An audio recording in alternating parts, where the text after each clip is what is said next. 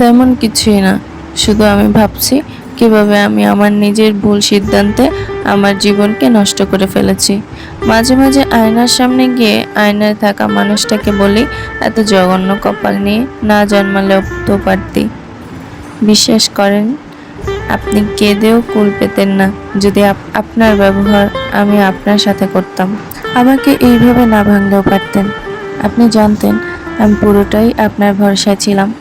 আপনি জানতেন আপনি ছাড়া আমার দ্বিতীয় আর সুখের কোনো জায়গা ছিল না।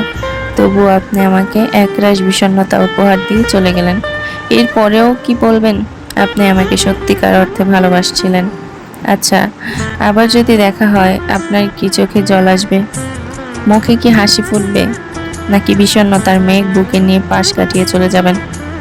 তবে যাই হোক, আপনার সাথে আমার আবার দেখা হোক। পুনরায় গায়ের গন্ধটা নিঃশ্বাস ভরে নেব, দু চোখ ভরে দেখব আপনাকে, চেয়ে থাকবো আপনার মুখ পানে। বাকি আয়ু কেটে যাবে সেই দেখাতে। তুমি জানো না, তোমাকে না জানিয়ে আমি কত ভালোবাসি। বলিনি কখনো, চেয়েছি শুধু তুমি টের পাও। যেভাবে নিঃশব্দে ফুলের ঘ্রাণ অনুভব করা যায়, মনের ভেতর নেমে যায় শব্দ ছাড়াই।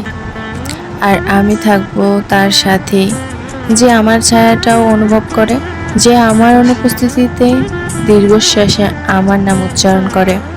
তবুও কারো চোখে ধরা পড়ে না, সব কিছু স্বাভাবিক দেখানোর অভিনয় করে নিঃশব্দে। অনেকে থাকে, বলার পর বোঝে, কাদার পর কাছে আসে, কিন্তু জীবন বদলে দেয় সেই একজন, যে আমার চোখ দেখে, হাঁটার গতি শুনে, শ্বাসের ভার বুঝেই বলে তুমি ভালো নেই। তোমাকে আমার ভালো লাগে, কেন লাগে জানি না। ভালো লাগার যদি কারণ ঠিক করে বলা যেত, তাহলে তো তা নির্দিষ্ট এক জায়গায় আটকে যেত। আমি চাই তোমাকে আমার ভালো লাগুক, কারণে অকারণে, চুপচাপ শুধু তোমার জন্য।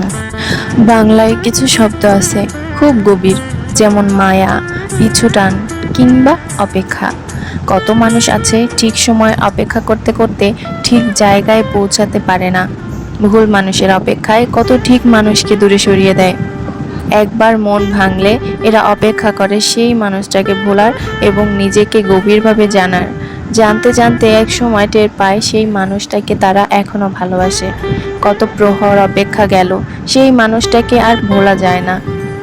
মানুষ জানে না, কিছু অপেক্ষা শেষ হতে সন্ধ্যা না, বয়স শেষ হয়ে যায়। অপেক্ষা দরকারি, তবে অপেক্ষা মারাত্মক। আর 10টা মানুষের মতো আমি কেন জানি সবার সাথে সহজেই মিশে যেতে পারি না, আগ বাড়িয়ে কথা বলতে পারি না। কেউ কেমন আছো জিজ্ঞেস করলে আমি প্রতি উত্তরে ভালো বলেই সরে পড়তে চাই। কখনো বা সৌজন্যবোধের খাতিরে আপনি কেমন আছেন এইটুকু জিজ্ঞেস করেই কেটে পড়ি। তারপর দীর্ঘ একটা শ্বাস টেনে স্বস্তির নিঃশ্বাস ছাড়ি। সবাই যা দেখে আনন্দ উচ্ছ্বাসে মেতে ওঠে, আমার কেন জানি তার উপরেই অনীহা। গুটিয়ে নেই নিজেকে নিজের মতো করে। এসবের ভিতরে নিজেকে ঠিক স্বস্তি বোধ করাতে পারি না। প্রচণ্ড কোলাহলে দম বন্ধ লাগে, হইচই কানে বাজে ভীষণভাবে। এমন পরিবেশে নিজেকে সবচেয়ে বেশি অসহায় লাগে। হাঁসফাঁস করতে থাকি ঘরে ফেরার তাড়ায়। তারপর যখন আলোটা নিভিয়ে নিজের রুমে নিজের বিছানায় চিত হয়ে শুয়ে পড়ি, তখন নিজেকে সবচাইতে সুখী মানুষ মনে হয়। এসবে আমায় অসামাজিক মনে হতেই পারে আমি বদ্ধ উন্মাদ।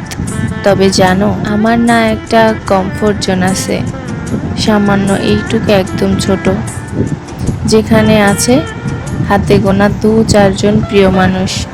আমার সুখ, আমার অস্তিত্ব শুধুমাত্র তাদেরকে ঘিরেই। আর এজন্যই আমি তাদের কাছে প্রাণবন্ত, হাসি খুশি, চঞ্চল আর খুব বিদুষী। জীবনে এমন একটা মানুষ পাওয়া খুবই কঠিন, যাকে আপনার বোঝাতে হবে না আপনি কি চাচ্ছেন, আপনার কি ভালো লাগে, কি খারাপ লাগে, যাকে আপনার কিছু বলতে হবে না, আপনার বলার আগেই সে সব বুঝে যাবে। সব চোখ দেখিয়ে বলে উঠবে আপনি কষ্ট পেয়েছেন, কথার টোনে বুঝে যাবে আপনার মন খারাপ, আপনার চোখের পানি সহ্য হবে না তার।